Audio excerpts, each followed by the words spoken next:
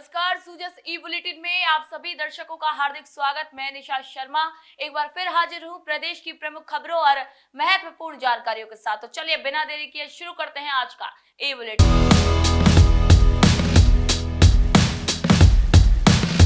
सबसे पहली खबर की ओर रुख करेंगे, जहां पर प्रधानमंत्री श्री नरेंद्र मोदी ने कहा है कि योग ने पूरी दुनिया को एकजुट कर दिया है। जी हां, प्रधानमंत्री श्री नरेंद्र मोदी ने शनिवार को आंध्र प्रदेश के विशाखापट्टनम में 11वें अंतर्राष्ट्रीय योग दिवस कार्यक्रम को संबोधित किया। उन्होंने इसी कार्यक्रम का नेतृत्व भी किया और योग अभ्यास में भाग लिया। प्रधानमंत्री श्री नरेंद्र मोदी ने भारत और दुनिया के सभी लोगों को योग दिवस की शुभकामनाएं भी दी। उन्होंने बताया कि जब भारत ने संयुक्त राष्ट्र में योग दिवस मनाने का प्रस्ताव रखा था तो 175 देशों ने इसका समर्थन किया। ये दुनिया की एकता का बड़ा उदाहरण है। आज योग करोड़ों लोगों की दिनचर्या का एक हिस्सा बन गया है। वहीं इस साल 21 जून को पूरी दुनिया एक साथ मिलकर योग कर रही है। योग का मकसद ही एकजुटता है और यह देखकर खुशी होती है कि योग ने सभी को एक साथ जोड़ दिया है। प्रधानमंत्री ने इस साल की थीम एक पृथ्वी एक स्वास्थ्य के लिए योग पर बात करते हुए कहा कि ये थीम दिखाती है कि धरती पर हर जीव और उसके स्वास्थ्य का आपस में गहरा रिश्ता है। उन्होंने कहा कि योग हमें सिखाता है कि हम अकेले नहीं हैं, हम प्रकृति का एक हिस्सा है। योग एक व्यक्तिगत अनुशासन है, लेकिन ये समाज को भी जोड़ने का एक तरीका भी है। प्रधानमंत्री ने आगे कहा कि भारतीय संस्कृति हमें सर्वे भवन्तु सुखिनः यानी कि सबका भला हो का संदेश देती है और यही भावना योग के जरिए फैलती है। उन्होंने कहा कि योग सिर्फ खुद के लिए नहीं बल्कि पूरी दुनिया के सहयोग का जरिया बनना चाहिए। वहीं प्रधानमंत्री श्री नरेंद्र मोदी ने सभी से ये कहा कि वे योग को अपनी दिनचर्या में शामिल करें और हर दिन की शुरुआत योग से करें ताकि जीवन में संतुलन बना रहे और समाज तनाव मुक्त हो सके। वहीं मुख्यमंत्री श्री भजनलाल शर्मा ने भी शनिवार को 11वें अंतर्राष्ट्रीय योग दिवस के मौके पर जैसलमेर के कुहेड़ी इलाके के रेतीले धरों पर राज्य स्तरीय योग कार्यक्रम में भाग लिया और इसी मौके पर उन्होंने प्रधानमंत्री श्री नरेंद्र मोदी का संबोधन भी सुना। आइए अगली खबर की ओर रुख करते हैं, जहां प्रधानमंत्री के प्रयासों से अब योग को दुनिया भर में एक नई पहचान मिल रही है। जैसलमेर में राज्य स्तरीय कार्यक्रम के दौरान मुख्यमंत्री श्री भजनलाल शर्मा ने कहा कि योग भारत की सभ्यता की दुनिया को दी गई एक बड़ी सौगात है। उन्होंने कहा कि योग सिर्फ कसरत नहीं बल्कि ये शरीर, मन, बुद्धि और आत्मा को जोड़ने वाली एक जीवन शैली है। योग का मतलब है आत्मा का भगवान से, मन का शांति से और शक्ति का ऊर्जा से जुड़ना। मुख्यमंत्री जी ने कहा है कि योग सिर्फ ध्यान नहीं, ये शरीर की कई परेशानियों का इलाज भी है। इससे हमारी परंपरा, विरासत और विज्ञान तीनों का ही मेल है। उन्होंने कहा कि आज की इस भागदौड़ भरी और बिगड़ी हुई जीवन शैली, तनाव और प्रदूषण से जो परेशानियां होती हैं, उससे बचने के लिए योग सबसे अच्छा रास्ता है। योग शरीर और मन, सोच और काम, अनुशासन और सफलता, इन सभी को जोड़ने का एक तरीका भी है। आपको बता दें कि मुख्यमंत्री जी ने कहा है कि योग हमारी पुरानी संस्कृति का एक हिस्सा है। पुरानी धार्मिक किताबों में भगवान शिव को योग का पहला गुरु माना गया है। भारत के इतिहास में भी योग के कई सबूत मिले हैं, जैसे कि योग की मुद्राएं और पुराने अवशेष। महर्षि पतंजलि और कई ऋषि गुरुओं ने योग को अभ्यास और ग्रंथों के माध्यम से आगे बढ़ाया है। योग को दुनिया भर में पहचान दिलाने का श्रेय प्रधानमंत्री श्री नरेंद्र मोदी को जाता है। वहीं आपको बता दें कि मुख्यमंत्री ने आगे कहा कि प्रधानमंत्री श्री नरेंद्र मोदी ने 2014 में संयुक्त राष्ट्र में योग का जिक्र किया था। उनका मानना है कि योग बीमारी से सेहत की ओर और मैं से हम की ओर लेकर जाता है।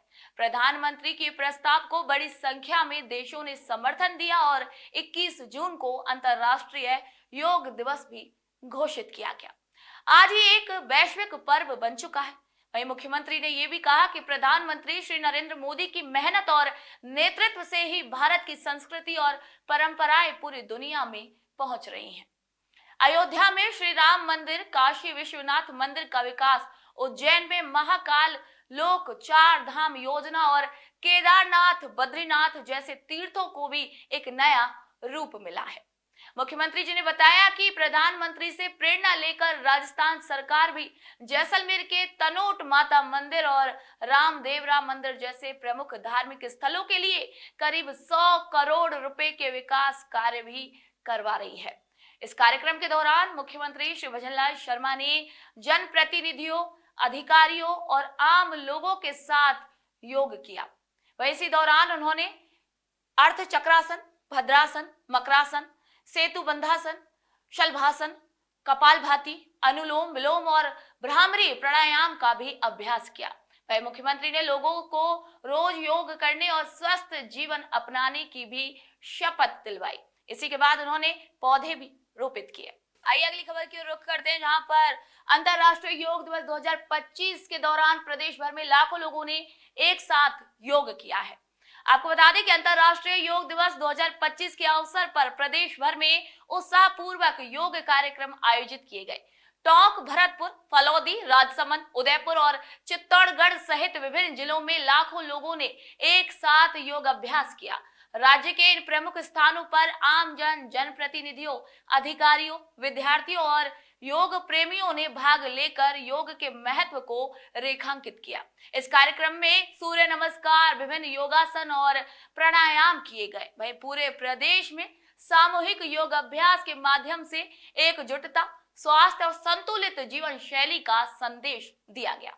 अगली खबर की ओर रुख करते हैं, जहां पर मुख्यमंत्री श्री भजनलाल शर्मा ने बीएसएफ जवानों से संवाद किया और ऑपरेशन सिंदूर पर उन्होंने गर्व जताया है।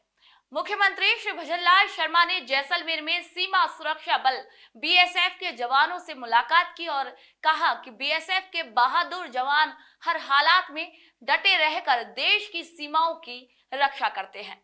उन्होंने कहा कि बीएसएफ सिर्फ सीमाओं की ही सुरक्षा नहीं करती है, बल्कि कानून व्यवस्था भी बनाए रखने, अपराध रोकने और समाज में मेल जोल बनाए रखने और आपदा के समय भी पूरी ताकत से काम करती है। वहीं मुख्यमंत्री ने मां तनोट राय मंदिर परिसर में जवानों से संवाद करते हुए उन्हें शुभकामनाएं दी और कहा कि प्रधानमंत्री श्री नरेंद्र मोदी के नेतृत्व में ऑपरेशन सिंदूर के जरिए हमारे वीर जवानों ने दुश्मनों को मुंह तोड़ जवाब देकर पूरे देश को गर्व महसूस कराया है। इस ऑपरेशन में बीएसएफ और सेना ने बड़ी बहादुरी का शानदार उदाहरण पेश किया है।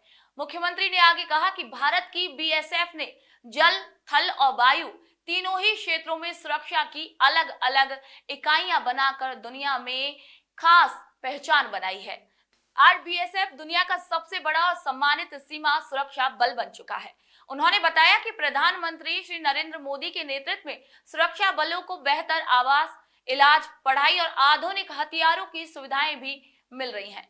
वहीं मुख्यमंत्री ने यह भी बताया कि ऑपरेशन सिंदूर के समय राज्य सरकार ने राजस्थान के अंतर्राष्ट्रीय सीमा इलाकों में खाली पद भी भरे और सेना और स्थानीय लोगों से भी लगातार संपर्क में रही। वहीं इन इलाकों में देशभक्ति और बीएसएफ के कामों की भी खुलकर सराहना की गई। वहीं मुख्यमंत्री ने मां तनोट राय मंदिर में दर्शन करते हुए कहा कि प्रधानमंत्री श्री नरेंद्र मोदी के नेतृत्व में देश की सेना को मजबूत किया गया है। 2014 के बाद से देश में गरीबों की भलाई, सीमाओं की मजबूत सुरक्षा, आतंकवाद और नक्सलवाद पर नियंत्रण और दुनिया में भारत की बढ़ती इज्जत, हर क्षेत्र में बड़ा बदलाव आया है। उन्होंने कहा कि राज्य सरकार प्रधानमंत्री से प्रेरणा लेकर विकास और संतुलन के साथ लगातार काम कर रही है।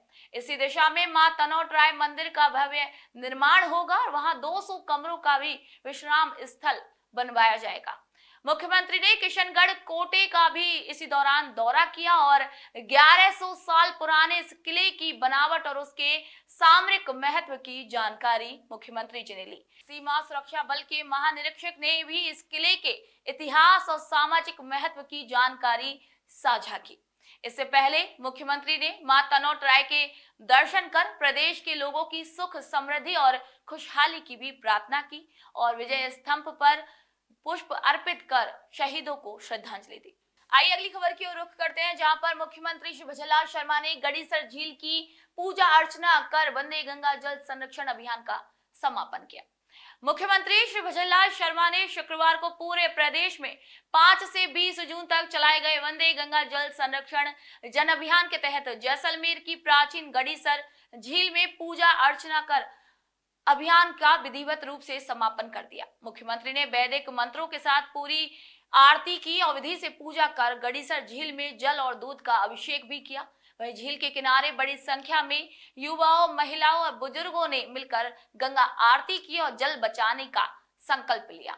यह अभियान जल स्रोतों को बचाने और संवारने के उद्देश्य से विश्व पर्यावरण दिवस और गंगा दशमी के खास अवसर पर शुरू किया गया था।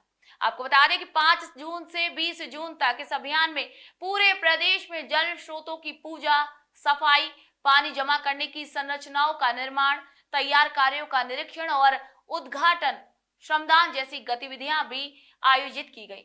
लोगों को जागरूक करने के लिए ग्राम सभाएं, प्रभात फेरी, कलश यात्रा और चौपालों का भी आयोजन इस दौरान किया गया। साथ ही मीडिया कॉन्फ्रेंस, भ्रमण और सेमिनार भी आयोजित किए गए। अगली खबर की ओर रुख करते हैं, जहां पर मुख्यमंत्री श्री भजनलाल शर्मा ने जैसलमेर के विकास को लेकर बात कही है। मुख्यमंत्री श्री भजनलाल शर्मा ने कहा कि जैसलमेर की सम्मानित धरती देश की सेना को एक नई ताकत देने वाली भूमि है। यह जगह भारत की परमाणु शक्ति का भी गौरवपूर्ण केंद्र रही है। उन्होंने बताया कि राज्य सरकार ने जैसलमेर के विकास को प्राथमिकता दी है। पिछले 2 बजटों में जिले के लिए कुल 1700 करोड़ रुपए के विकास कार्यों की घोषणा की गई। इन योजनाओं में 70 करोड़ रुपए की लागत से पूनम स्टेडियम में भूमिगत पार्किंग, किला पार्किंग तक हेरिटेज वॉकवे और सुंदरता बढ़ाने के भी कार्य शामिल है। साथ ही जैसलमेर में रिंग रोड बनाने का काम भी कराया जाएगा। मुख्यमंत्री ने जैसलमेर सर्किट हाउस में जन सुनवाई की और आम लोगों की परेशानियां सुनकर अधिकारियों को तुरंत और संवेदनशील तरीके से उनके समाधान करने के भी आदेश दिए। अगली खबर की रुख करते हैं, जहां पर अब राजस्थान को सिंधु चिनाब नदी का पानी मिलने वाला है। मुख्यमंत्री ने कहा है कि प्रधानमंत्री श्री नरेंद्र मोदी के नेतृत्व में भारत ने आध्यात्मिक विकास को लेकर आर्थिक और सैन्य क्षेत्र में खुद को एक मजबूत देश के रूप में स्थापित किया है। हाल ही में हुए ऑपरेशन सिंदूर ने दुनिया को भारत की सैन्य ताकत दिखा दी है। मुख्यमंत्री ने बताया है कि पाकिस्तान को सख्त संदेश देने के लिए भारत सरकार ने सिंधु जल समझौता रोक दिया है। अब प्रधानमंत्री के नेतृत्व में सिंधु नदी का पानी राजस्थान को मिलेगा। तो आज के सुजसी बुलेटिन में फिलहाल इतना ही। फिर आप सभी से मुलाकात होगी नई खबर, नई जानकारी के साथ। तब तक के लिए मुझे दीजिए इजाजत। नमस्कार।